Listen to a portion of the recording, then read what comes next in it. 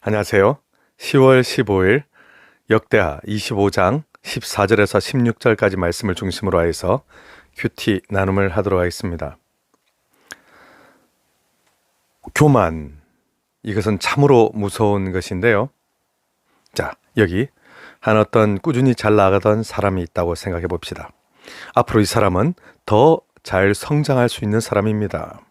그런데 그가 교만해지게 되면 그의 성장은 거기서 멈추게 됩니다.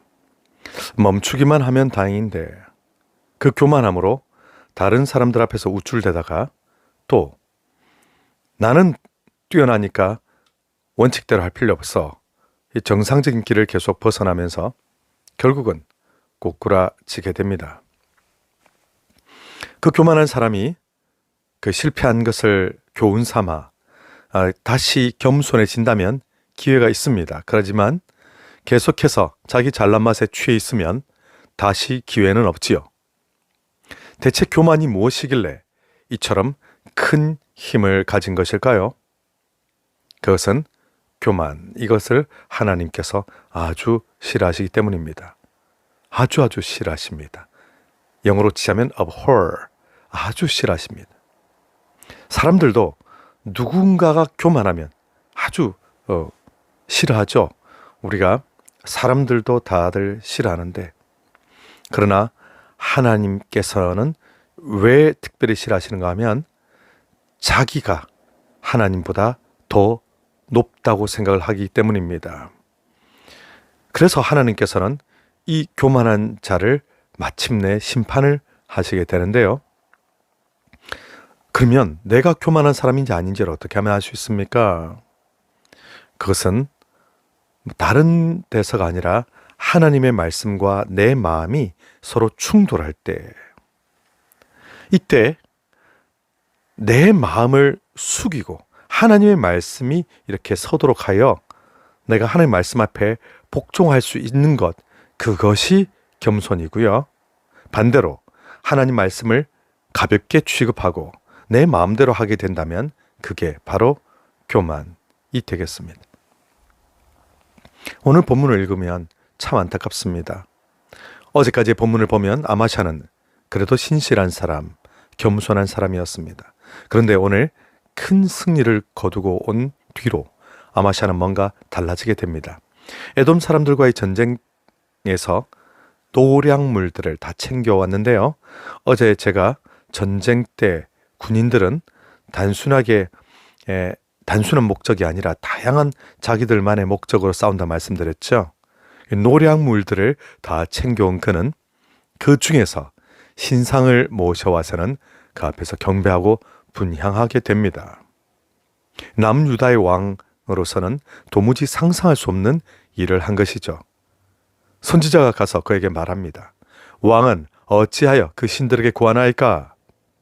그런데 선지자 이 말이 다 끝나기도 전에 말을 딱 끊으면서 왕이 상식밖에 어긋난 행동을 또 하는데요. 선지자가 말하고 있는 중에 말을 끊었다는 것도 그렇지만 16절 한번 다시 읽어보겠습니다. 선지자가 아직 그에게 말할 때 왕이 그에게 이르되 우리가 너를 왕의 모사로 삼았느냐? 그치라. 어찌하여 맞으려 하느냐? 하니 선지자가 그치며 이르되 왕이 이 일을 행하고 나의 경고를 듣지 아니하니 하나님이 왕을 멸하시기로 작정하신 줄 아노라 하였더라. 아멘. 지금 아마샤 왕은 대체 하나님을 어떻게 생각하고 있는 것일까요? 그래도 전쟁 나가기 전에 그는 겸손한 모습을 보였더랬습니다. 그런데 이제 전쟁 끝나고 나니까 그의 태도를 보십시오. 갑자기 돌변합니다. 하나님이 선지자를 향하는 그의 태도를 보자면 패륜 왕이 따로 없습니다. 자, 과거의 선지자, 오늘날의 목사, 곧 이들이 하나님을 항상 대변하는 것은 아닙니다. 그래서 평상시에 막 너무 극존칭을 써가면서 목사에게 잘해주시려고 하실 필요는 없습니다. 하지만 하나님의 말씀을 대언할 때가 있죠. 특히 예배 시간 같은 때에. 이럴 때 우리는 하나님의 말씀으로 받을 수 있어야만 합니다. 예배 시간에 선포되는 말씀, 정말 우리가 소중하게 받아야 되는데요. 어떤 사람은 말합니다.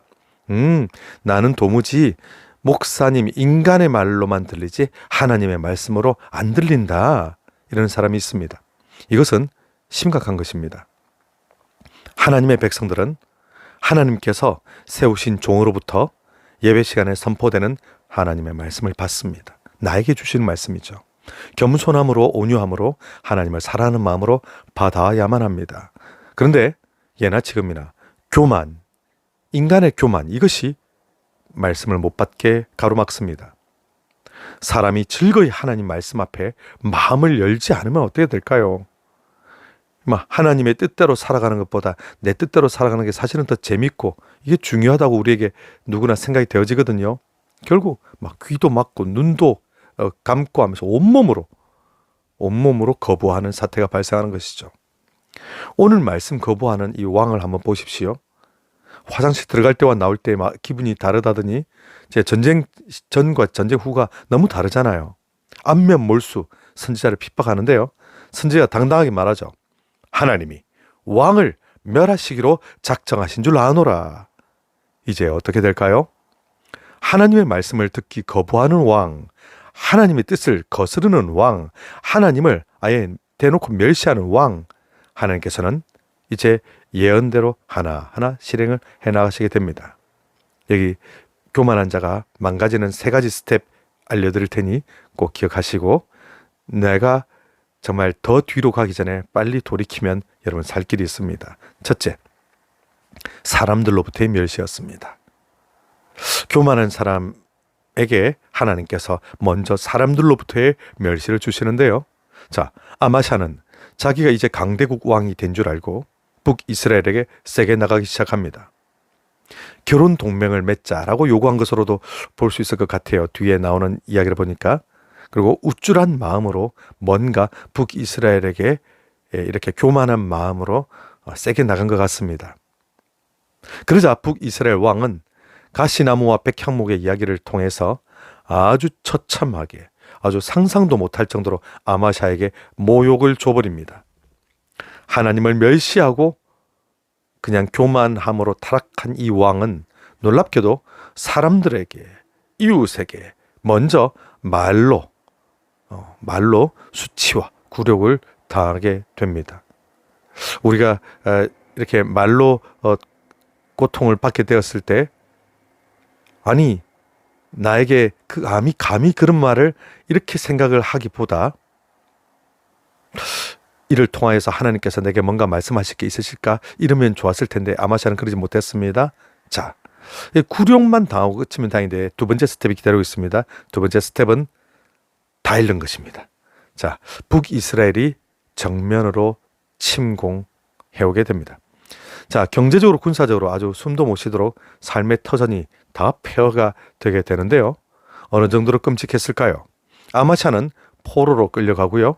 예루살렘을 둘러싸고 있던 웅장한 성, 그 가운데 400규빗, 그 다른 장소로가 아니라 북쪽으로만 400규빗이 회파가 되는데, 예루살렘은 여러분 아시다시피 갈릴리 요단강 사해가 있고 사해의 이 끝부분, 위쪽 끝부분 쪽에 예루살렘이 위치해 있기 때문에 이 예루살렘에서 조금만 올라가면 국경선이거든요.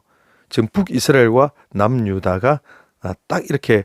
근데 어쩌다가 예루살렘은 이스라엘 전체 이 이스라엘 땅에 거의 약간 3분의 1 지점 아래쪽쯤에 위치하고 있는데 어쩌다 국경선이 딱 예루살렘 바로 위쪽에 있게 됐어요. 지금도 이스라엘 그렇긴 하네요. 이 예루살렘의 성벽 위쪽이 200m나 다 400규빗이라 했는데 규빗은 1규빗은 팔꿈치 아래로부터 손끝까지가 한 규빗이거든요. 그러니까 거의 한 50cm 됩니다. 그래서 오늘 본문에 400규빗이라 하는 말은 200m가 됩니다. 200m에 해당되는 위쪽 성벽이 북쪽 성벽이 다 없어졌다? 한마디로 예루살렘은 이제 북이스라엘의 공격에 무방비가 된 것입니다. 이제 더 이상 성이 아닌 거죠. 온갖 성전에 성전과 왕궁의 재물들 다 뺏겼고요. 사람들도 볼모로 많이 잡혀갔습니다. 너무 끔찍하지 않습니까? 근데 이게 끝이 아니었습니다. 세 번째 스텝. 이 세 번째 스텝은 비참한 죽음입니다. 아마샤 왕은 나중에 북이스라엘 왕이 죽은 후에 예루살렘으로 귀환해서 옵니다. 이제 다시 왕 노릇을 하려고 했겠죠. 그런데 그가 신상들에게 절하고 숭배할 때부터 이건 아니다 한 사람들이 있었지 않겠습니까? 이제 하나님께서 이 죄악을 심각하게 보신다라고 하며 하는 말씀으로 통치되는 세상을 꿈꾸었던 사람들도 있을 테고, 또 뭐 이런 소망이 아니라 해도 뭐 한 명 이상한 왕 때문에 거룩한 남유다가 그냥 다 통째로 산산조각 나는 것이 말이 되느냐, 그러면 사람들이 분노한 사람들이 되게 많은데요. 그리고 그들이 반역을 준비해 왔었죠. 이 반역에 원래 반역 당하는 왕들은 자기가 항상 그 촉이란 게 있나 보더라고요. 아마샤도 촉이 있어서 바로 도망을 쳤습니다. 예루살렘의 남서쪽 48km로 도망을 쳤는데 이게 이집트로 가는 길이거든요. 이쪽 라기스란 도시로 도망을 갔습니다. 아마 국경도 넘으려고 했던 것 같아요. 반란을 일으킨 무리는 끝까지 쫓아가서 그를 결국 비참하게 살해하고 말죠. 자, 이렇게까지 세 가지 스텝이었습니다. 첫째, 사람들의 말로 하는 공격. 둘째, 모든 걸 잃는 것. 세 번째, 비참한 죽음. 우리는 교만함에 대해서 아무렇지 않게 생각하는 경향이 있습니다.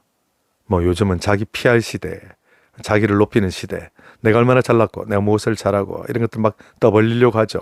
하지만 그 결과는 아주 끔찍합니다. 처음에는 사람들이 말로만 굴욕하고 나중에는 가진 건 다 빼앗고 마지막 비참한 죽음이죠. 잠언 16장 18절에서는 이렇게 말씀하십니다. 교만은 패망의 선봉이요 거만한 마음은 넘어짐의 앞잡이니라. 아멘. 부디 하나님 말씀 앞에서 우리 모두 겸손하시고 다시 겸손하시고 끝까지 겸손하시기 바랍니다. 혹여 내가 잘 나간다 싶을 때 교만하며 높아진 마음으로 함부로 언행을 하지 않기를 바랍니다. 오직 겸손한 마음으로 하나님 말씀을 따라서 나 자신을 낮추어 내 고집, 내 헛된 욕심 이런 것들은 버리고 말씀 앞에 순종하시기 바랍니다. 그렇게 될 때 그 순전한 심령에 하나님께서 복을 더하시게 될 겁니다. 오늘 하루도 승리하세요.